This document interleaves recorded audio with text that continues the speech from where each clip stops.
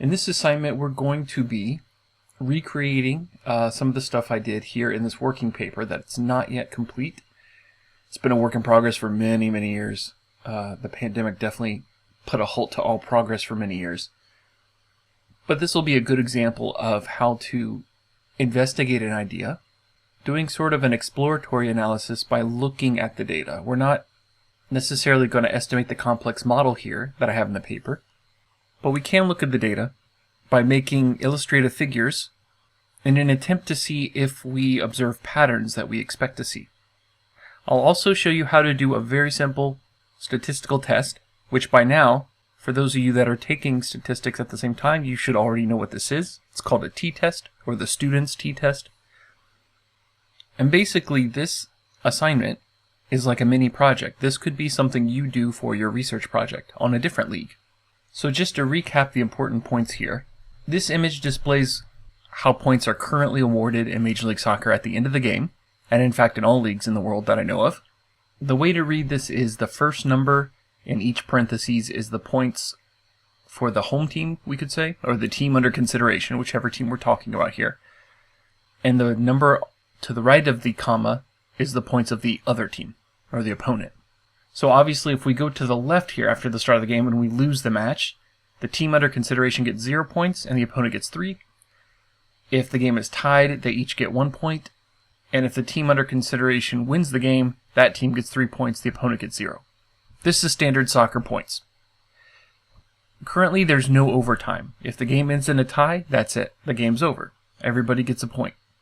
We'll be comparing this to previous payoff structures before 2004. In the first 4 years, Major League Soccer had a shootout whenever the game ended regulation in a tie. Now, this is not a shootout like you see in the World Cup.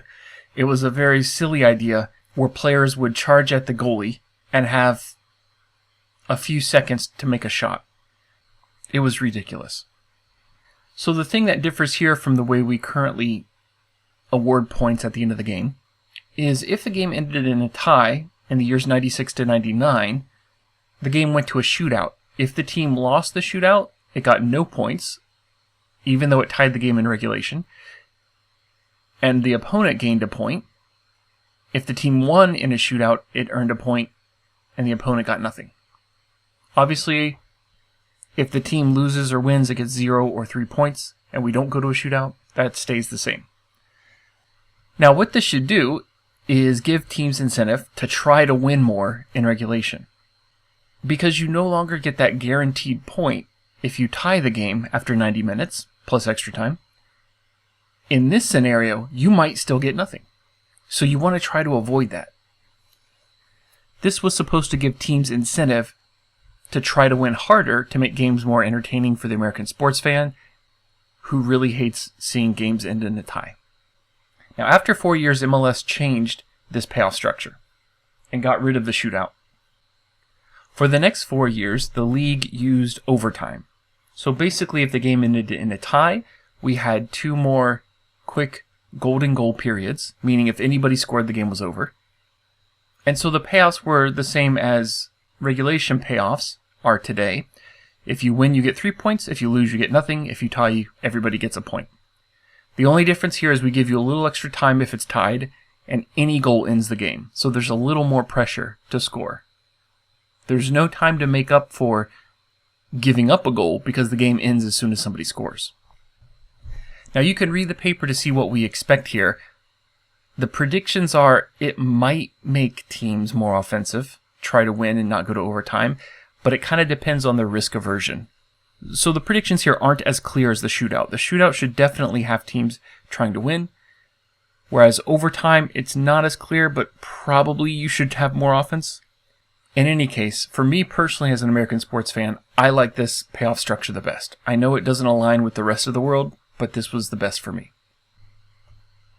Well, regardless of what you think is the best way to end a soccer game, what we're going to do here together is recreate this graph that I made, displaying how the percentage of games that ended in a tie, whether we're talking about regulation or the end of the game, including overtime or shootouts, we're looking at how this changed across time and across era specifically. So I've separated those years by those red vertical lines so that we can easily see the different eras, as I call them, of payoffs that were offered to the teams. What we'll be testing here essentially is if the change in incentives, the change in rules that the league imposed, had the effect they desired. Did the teams respond to the incentives that the league gave them? And actually, I have figured out a way to make this look a little bit nicer than it does here. I made this graph years ago, and while designing this video, I realized that there are ways I can make it look even better, and so we'll actually make an improved graph. So let's go ahead and open the data and take a look at what we have here. It's a large data set, so I'm going to browse it instead of trying to list anything. As you can see, we have teams, conferences, we have the date, stadium, the home and away standing, the records of the teams. So it looks like we're looking at games here. We have whether or not there was a shootout winner. We have GID, which looks like it's probably game ID. We have the score, and we have what appears to be an indicator, a 0-1 variable. You may also call this a dummy variable, evidently indicating whether or not there was a tie in regulation. So one thing we might want to investigate is this home away score.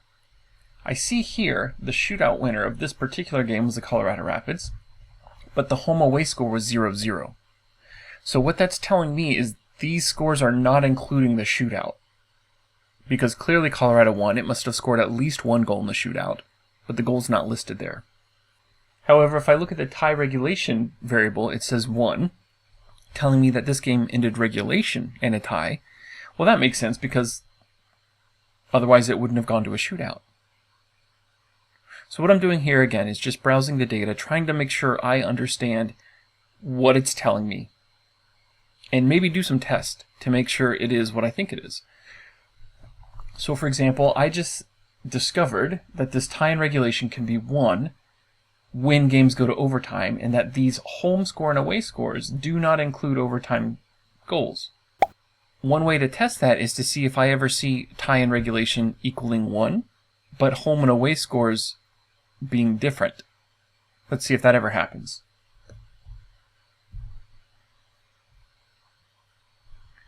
So what I'll do here is say count if tie in regulation is 1 and home score not equal to away score. Do we ever see that? There's 43 cases where we see that. Well, let's take a look. I'm going to say browse if that's the case. Let's look at these and see what's going on here. So first thing I notice is the date.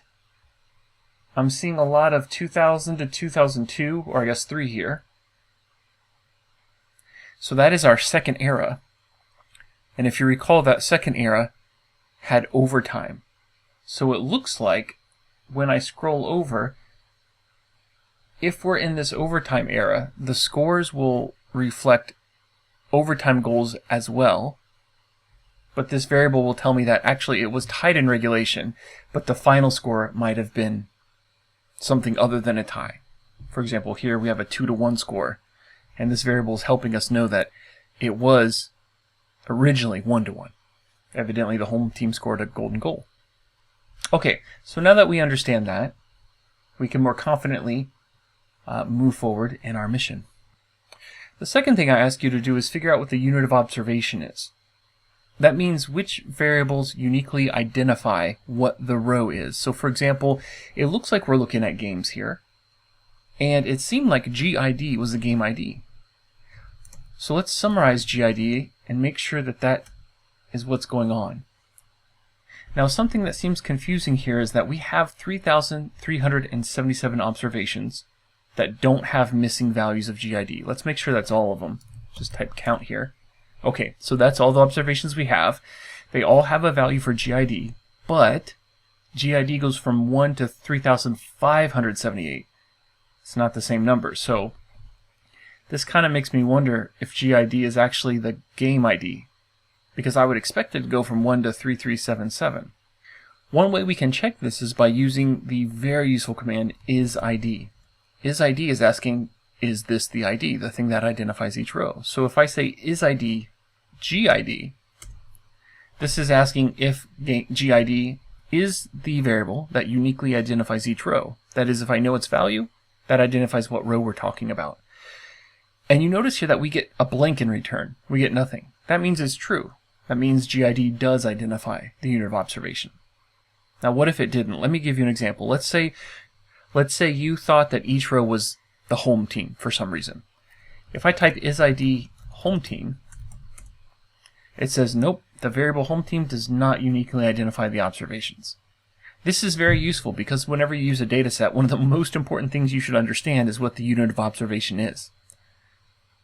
If you're looking at data sets this big or even larger, sometimes I've dealt with data sets that have millions of observations. You'll have to think in your head about what it looks like. You'll have to abstractly think about the data set because you can't physically look at everything all at once. If you have the wrong idea in your head on what the unit of observation is, many of the commands you'll try to run will be carrying out something other than what you expect. So we always want to make sure we know what that unit of observation is, especially with big data sets where I can't just look at it.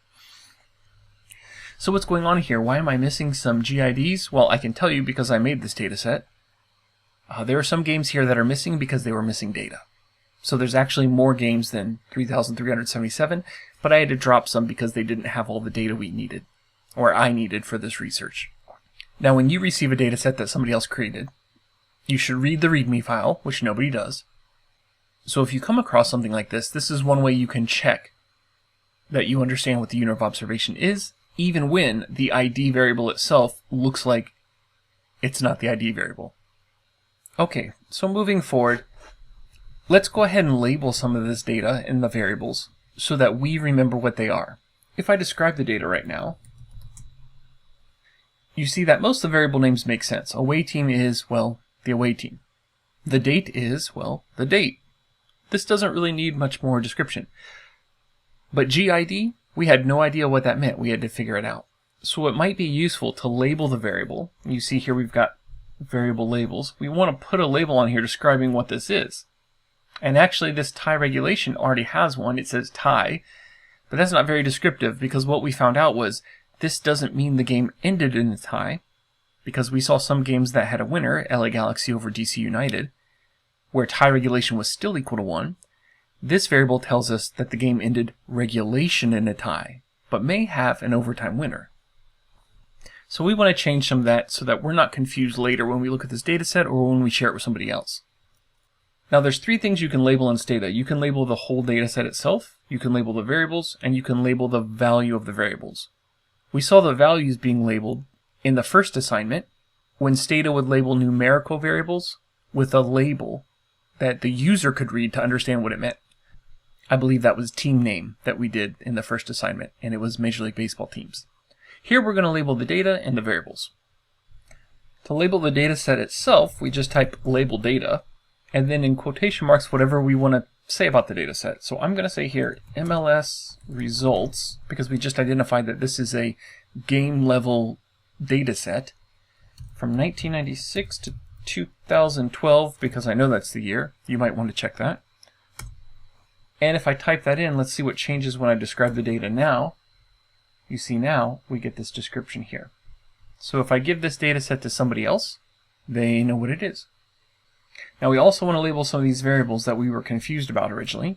To do that, you simply type label variable, and then the variable you want to label, let's start with GID, and then in quotation marks I'm going to write game ID.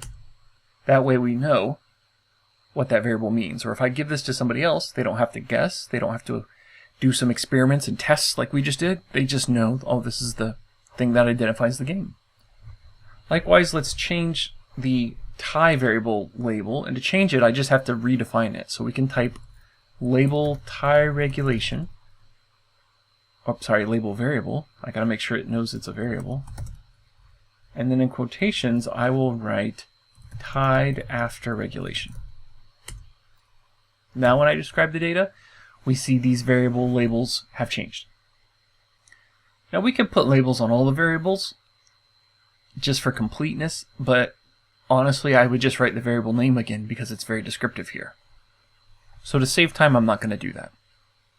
Now one of the first things we want to do is create a year variable. thinking about our end goal, we want to make graphs that track ties or percentage of games that are tied across year. So obviously our final data set is going to be a yearly one where each row is a year, but we don't have a year variable yet. So we need to extract that from the date variable. If you recall, let me just go ahead and list some of those. The date variable looks like this. And if we look up at the description here, we can see it's a string variable. So Stata is treating this like characters. Now there's two ways to pull out the year from this, and I'll go through both of them just so you can learn more tools, and because it's fun. The sort of brute force way that I used to use before I got better at using Stata's date functions is to pull out these last two digits here.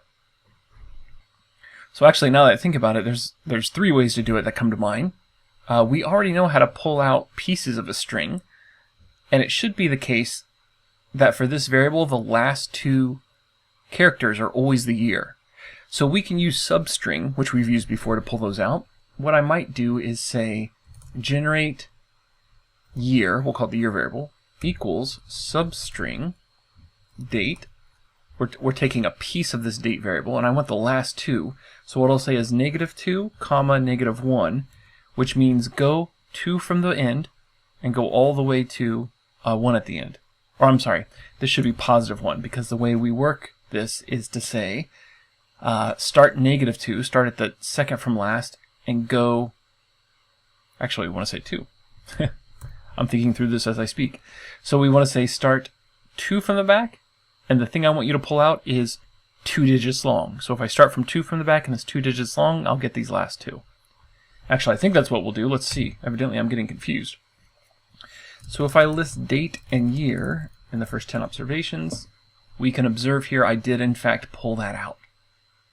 Now, there's another way to do this that's kind of fun, and I want to show you this command because it's very useful for other string operations. Something else you might notice is these are all separated by a /. And there might be a situation where you actually want to save the month and day. We don't care here, but there are many applications where you do care. And so you might want to pull out that 1, pull out the 10. The problem you'll have is when this variable is 2 digits long, then the length of the string is different. So I can't use substring to pull out that middle because I don't know if that middle is going to be 1 or 2 digits. What you want to tell Stata is to separate these variables based on this /. Or another word for separate, especially in coding, is parse. You want to parse the data. The command we'll use is called split. So what we can say here is split date. We're telling Stata, I want you to split that variable up. And then the option I'll use is "p." P is for parse. And then in parentheses and quotation marks, because it's a string, we're going to say what character to look for. So what I just told Stata is I want you to split this variable up, and the parsing character is that /. Whenever you see that, that's where we split the variable. Now you can see it generated 3 new variables, date 1, 2, and 3, because we have 3 pieces total in this variable. Now if I list this to show you what it looks like, let's look at date, year. Actually, let me say this. I'll say date star. It'll show me everything that starts in date. Whoa, that's too much. List date star in 1 to 10. So you see Stata did exactly what we wanted. It split that up every time it saw a / and made a new variable. So if you wanted to keep all this, which we don't, we just want the year. I'm going to go ahead and drop the year we already made, so I can say rename. We can rename these variables. And I'm not sure if I've shown you this trick, so I'm going to go ahead and do it. Instead of typing rename date 1 month, date 2 day, and date 3 year, we can actually do that all in one line using parentheses. So I'm going to say rename date 1, date 2, date 3, and in another set of parentheses I'm going to write what I want to rename each one in order. So I'm going to write month, day, year. So this is a very efficient way to rename many variables at once. And now if I list date, month, day, year, I see that I have the same data, I just changed the names. Okay, one problem we're going to have here though is maybe you don't want your year to be 2 digits.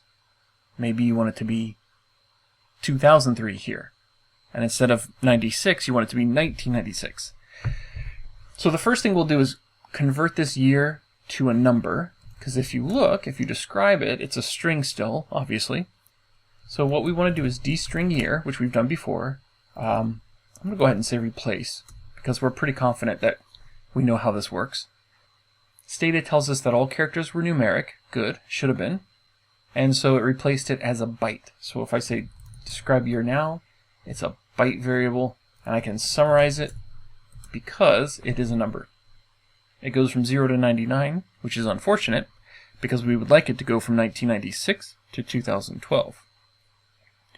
So what we'll do here is we'll replace the value and convert it to years. So for the values that are less than 14, or 13, let's say. So for anything that's 0 to 12, that's actually a 2000 year. So what I'll say is replace year equals 2000 plus whatever the number is. So plus year. So for example, if it's 0, make it 0 plus 2000, which will give us the year 2000, if year is less than 13. So I only want to do that if the listed number is less than 13, because if it's a big number like 96, then I don't want it to be 2096. I want that to be 1996. So let's tabulate year real quick to make sure it did what we thought it did. And in fact, all those 2000s are now correctly listed in year. What we want to take care of is those 90s. Whenever we see a number that's now less than 100, we want to add 1900 to it. So I'll type replace year equals 1900 plus year if, and only if, year is less than 100. Now when I tabulate year, I see that I fixed it. Now we have what we want. And if you want, you can convert that back to a string. Depends on what we're doing. So for example, I could say toString. This is the opposite of dstring. I don't think we've done this. ToString year. And let's generate, I'm going to call it year str for string. And I type toSting, which is a mistake. We can't sting things, we have to string things. Let's try that again. And it says year generated as a 4-character length string variable, which it should be because we only have 4 digits in our year. And just to check that we're doing it right, let's go ahead and browse actually our year variables. And you can see that if you wanted to make it back to a string, here it is in yellow, it works, it looks just like the number. Now why would you want to do that? It's not a bad idea to keep numbers as strings when you want them to be exact, especially if they're IDs, like our game ID. You don't want those numbers changing or being rounded, because then they'll display differently. With integers, you're typically fine. Those don't get messed up. But if you're not doing calculations and the numbers aren't going to be used as numbers, I typically store them as strings just to be safe. But here I don't think it'll matter either way. If you're ever going to use the variable in a calculation, then you want to store it as a number. So the reason I first converted those numbers to numbers from a string is because we needed to add 2000 and 1900 to the values. That was the whole purpose. Otherwise, I could have left them as strings. Now, we could have just edited those values as strings and added characters, but it would be way more tedious to do so. In any case, we've got what we want. We've got our year variable. Now, let me show you one more method and describe how Stata uses dates, because depending on what you do and your research, you might want to figure out how to handle dates. In my experience and the work that I do in the private sector, the way different software handles dates is the bane of my existence. It's the most annoying thing about data management. So let me give you a little intro, very brief, to dates in Stata. Another way we could have done this is to generate a time variable for the date. So what I could say is let's generate date, I'll call it date Stata, because this is the way that Stata keeps track of days. That will be equal to date and then parentheses, because this is the date function. It's going to convert our string into a date that is a number. So I know this is confusing, we have a lot of dates here, but this date is a function. You see it's showing up here in some kind of turquoise. Now our variable is what we want to place in here, which is unfortunately also called date. I know that's confusing, but you see here it's white now, that's the variable. So we want to take the variable date, and I'm going to tell Stata in quotation marks that its format is month, day, year. MDY, all capital. Now, one problem is our year is in 2 digits, so we need to tell Stata whether or not that's 1900s or 2000s or both. Since it's both, what you want to tell it next after this comma is what is the most recent year. So for our data, it's 2012. At least I think it is. Let me check. Actually, let me check real quick. Tab year. Yeah, 2012. Okay. So what I just did here is I generated a new variable called date stata because I know that it's going to give me the way Stata stores dates. I used the date function in parentheses, and I said our date is currently stored in a variable called date. It's month, day, year, and the most recent year is 2012.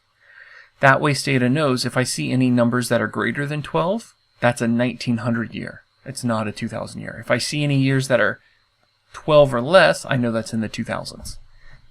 Now, what does this look like? Oh, let me do the first 10. List date and 1 to 10. It's a number. This is the number of days that have passed between January 1st, 1960 and this date right here. So between January 1st, 1960 and October 1st, 2003, 15,979 days have passed. This is just how it keeps track of dates. I believe Excel uses a different reference date, not January 1st, 1960. So there's a problem. If you import numbers from Excel into Stata, it's going to read that as a different date. Now, when you say import Excel, Stata knows how Excel stores dates, so you shouldn't have a problem, but it is messy. You may often run into problems. I often run into problems, which is why, as I said before, working with date information and time information across platforms is the bane of my existence. Why can't they all just agree on a common system? I don't know. Now, when you first start working with this, you might not be comfortable that these numbers are correct.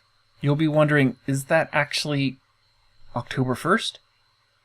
And one way you can check this is to format this number. If we describe the variable,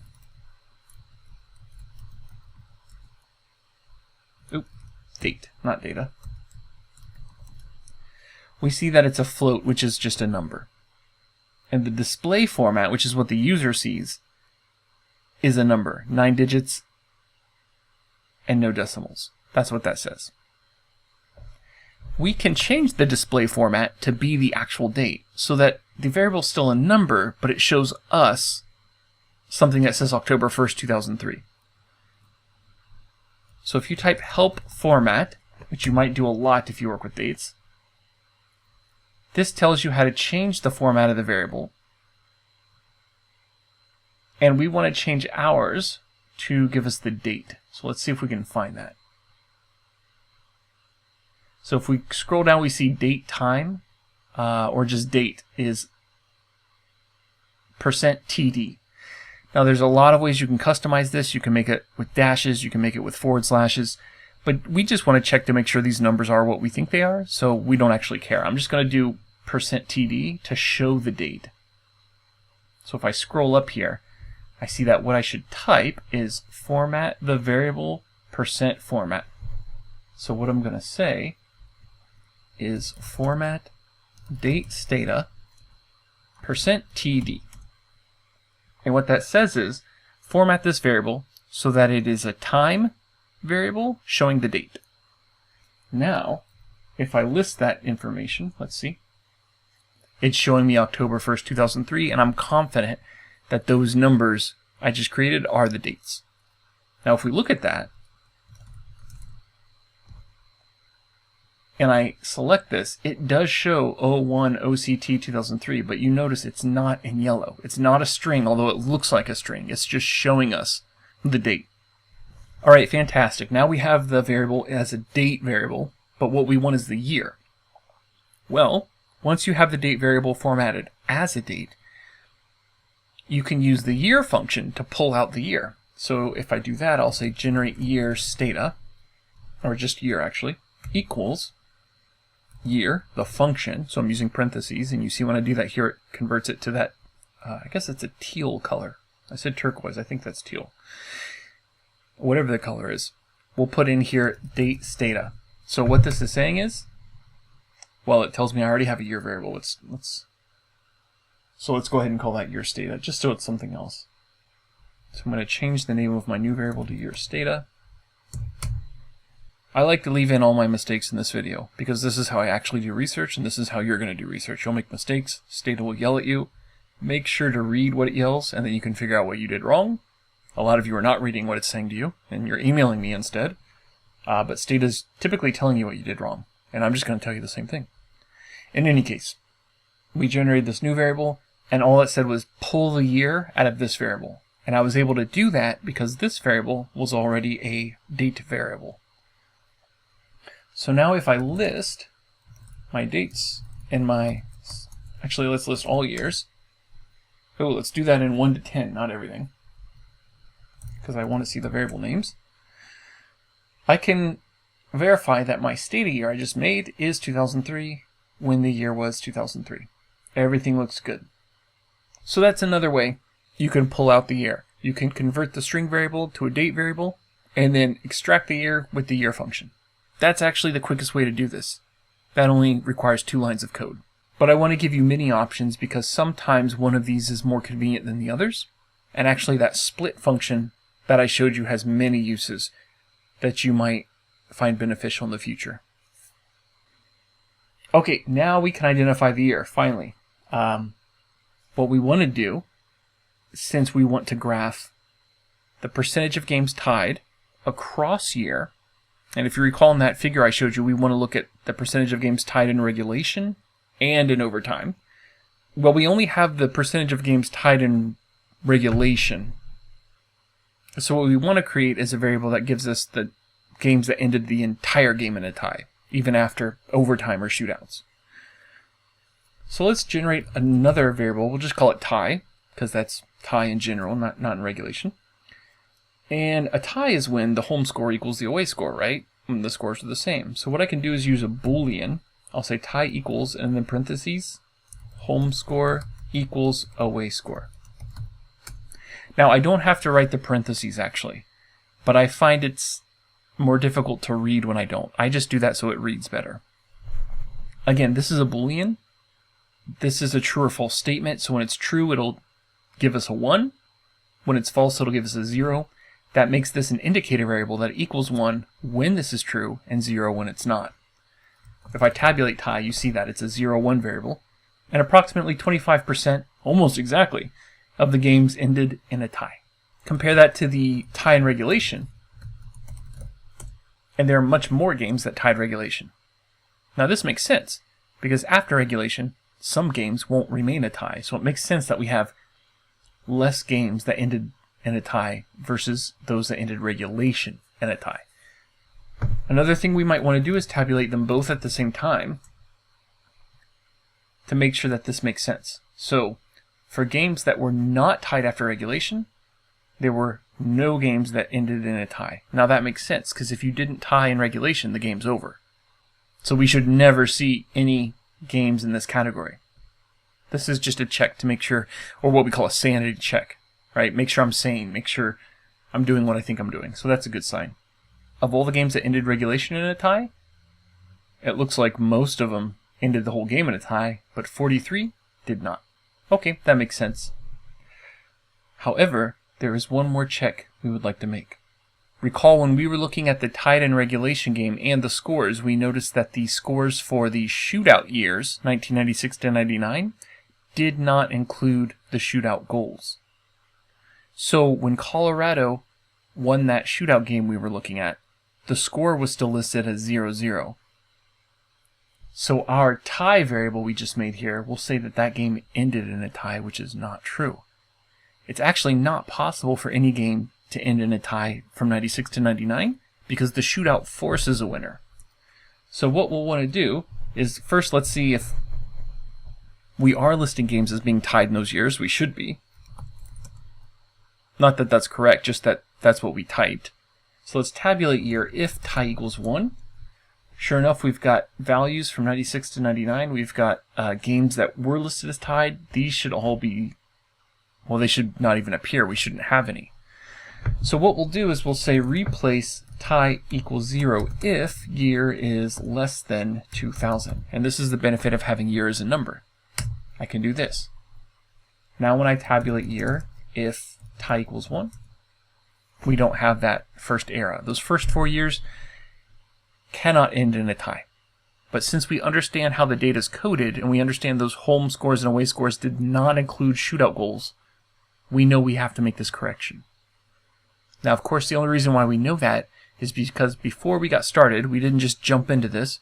We took time to look at the data and make sure it says what we think it does. We tested some things to make sure our understanding was complete, and that's where we found this artifact of this data set that we have to keep in mind when we do things like this. Okay, so we're good now. Just one last time as a sanity check, let's tabulate the tie variables again together.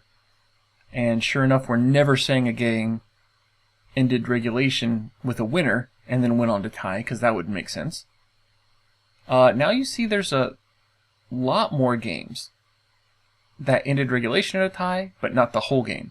Well, that makes sense, because all those games in those first 4 years that ended in a tie could not, by definition, end the entire game in a tie. There was a winner for every game. Alright, so these are the things I want you to do. Even though what we did was correct, you always want to check yourself. Do little tests like this to look for mistakes. Look for things that look weird. Because most of the mistakes you make, you don't know you made them. The only way you can find them is to do little tests like this. And it's a lot easier to find them right after you made them than it is weeks later when you're, 1,000 lines further in code.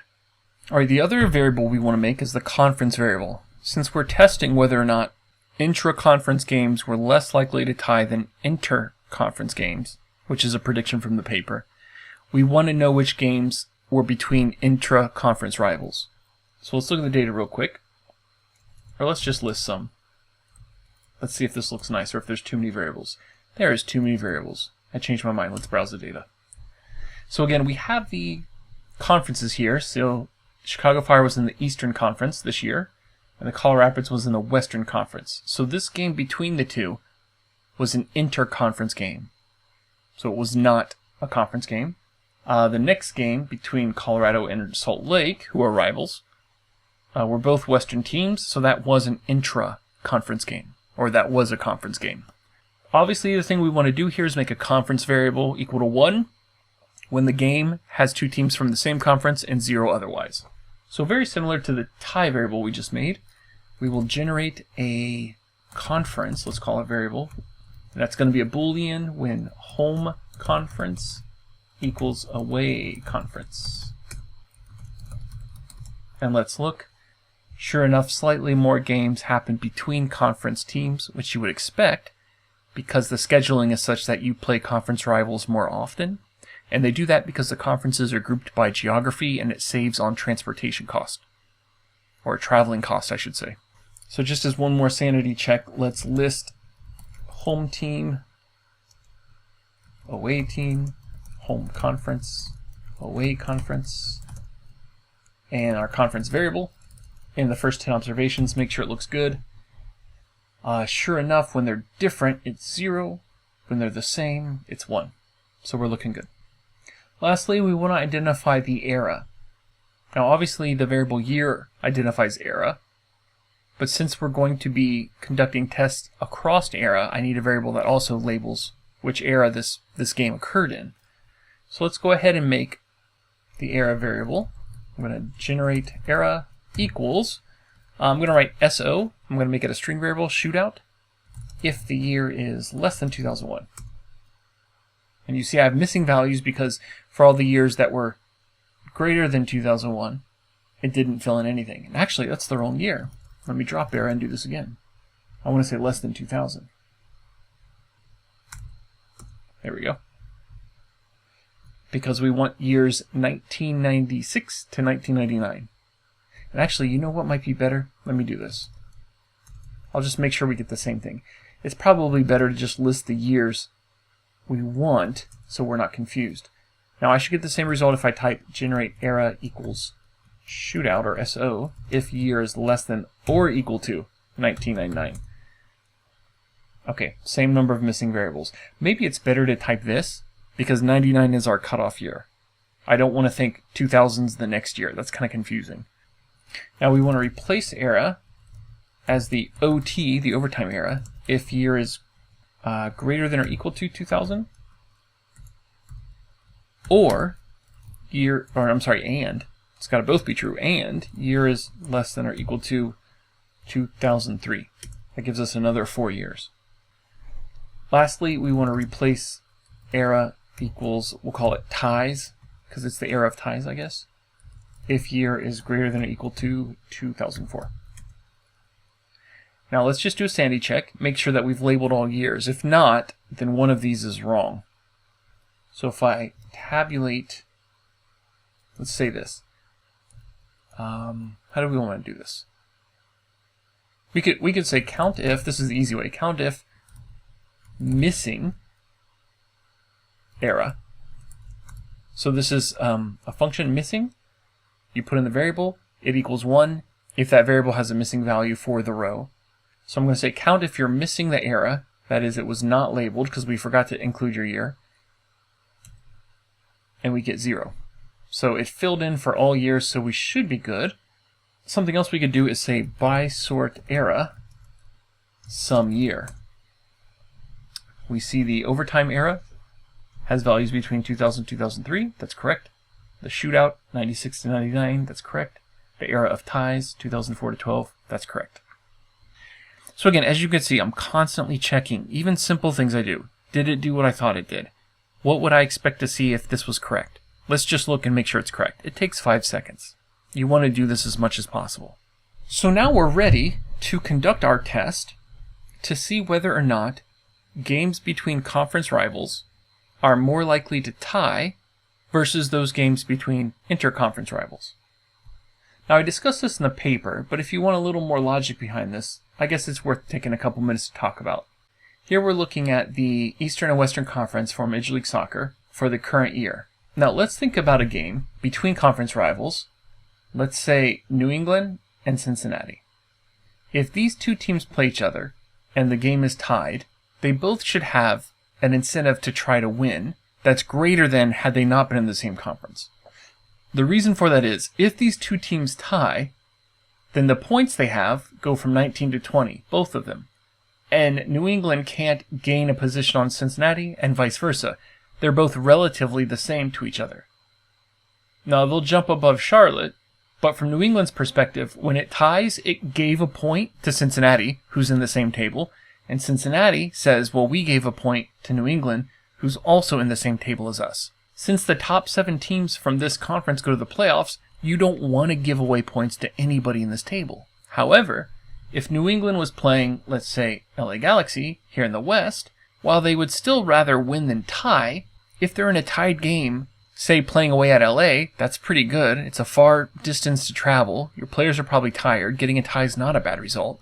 You might not want to push so hard and take risky offensive strategies to try to win, because if you tie, you get a point, this goes up to 20, and the other point does not go to anybody in your table, it goes to LA.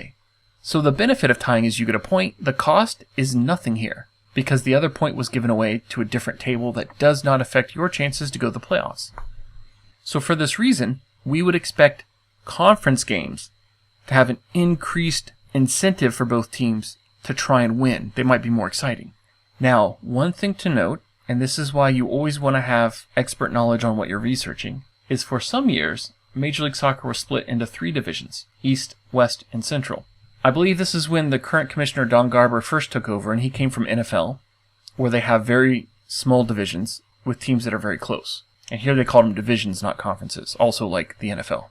Now the problem with this is, if we simply use this information, we will call all games between DC, Miami, New England, and Metro Stars, which used to be New York/New Jersey. I don't know if you guys know that. They used to try to share it because, a lot of New York teams are actually in New Jersey. So in the beginning, they tried to be more honest about that and call it the New York/New Jersey Metro Stars. Why not just call it the New Jersey Metro Stars? I don't know. New Jersey always gets disrespected by sports. And I'm not a Jersey guy. I'm not from there. I don't have any affinity for it. But it's disrespectful to give it so many sports teams and say, well, you're Jersey. We're going to pretend like you're New York. Also, if I'm from New York, why would I want to support a team in New Jersey that's called New York? It makes no sense. Okay, I'm going off on a tangent, but that's just me. This makes no sense, and I don't like it. In any case, what we would do is treat all these as intra-conference games. We're still using the word conference. And whenever DC plays Chicago, we would call that not a conference game or an inter-conference game. However, when determining the playoffs, as you can see, it's not the top 2 teams from each division, because the Central and Western had 3 teams go. What they actually did for playoffs is make an overall table, and the top 8 teams went. Yes, more than 50% of the teams went to the playoffs. Yes, I hate that as well. It's ridiculous. So even though we had these divisions, or what we're calling conferences, all they really did is make the geographically close teams play each other more often. For the playoffs, there was actually a single table. And that's what matters when it comes to the incentives we're trying to test, because when New England plays Kansas City, who's in a different division, it still matters for this table, because when it comes to playoffs, we're all on the same table. So 100% of the games in these years were actually intra-conference, or between conference rivals. Even though the conferences were listed as different, what we care about when it comes to conference and non-conference is, does this game affect your playoff chances? Outside of the points you earn. That is, if you give points to the other team, does that hurt you in the table? For this year, the answer is yes for all teams, for all games. And that information is not included in this data set. That is something you have to know as an expert of the league. Each data set does not come with it every piece of information you need to solve your question. So it's always important for you to try to be as much of an expert as possible in your material subject matter. What we'll have to do to correct this then is replace our conference variable with 1, saying that the games are intra-conference if the year is greater than or equal to 2000 and the year is less than 2004. Or I could have said less than or equal to 2003. That's what I should have said. But we'll get the same result. Now, where did I get those years? Because I know this league. I know that was the case. And unfortunately, there's going to be things like this that you just have to be an expert to understand. Because nothing in the data is going to tell you that this was the case. So taking a look at our data, I'm going to say by sort year, summarize that conference variable. And as you can see, it goes from 0 to 1. Some games are not. Some games are between conference rivals. The mean gives us the percent by year. Not always is it greater than 50%. But I am missing some games. That might be the reason. And if we look at 2003, 2, and 1, actually all the way back to 2000, we see that 100% of the games were conference games. And that stops being the case in the 90s. And actually, now that I think about it, that single table actually stopped in 2002. I got that wrong. Let me change that again. 2003, we went back to East-West, and not all games were conference games. So to correct that, we could start over, but instead I'm just going to say replace conference equals home conference equals away conference if year equals 2003, because that's the 1 year. Actually, this one did not have single table, so I want to correct that. I'm glad I took a moment to look at this, and then I remembered that's not the case for 2003. Let's try this one more time. By sort year, summarize conference. So everything looks good, and now in 2003 we do have some inter-conference games. Okay, good. Only these 3 years are stuck at 1. All games are conference games. So now let's move on to the t-test.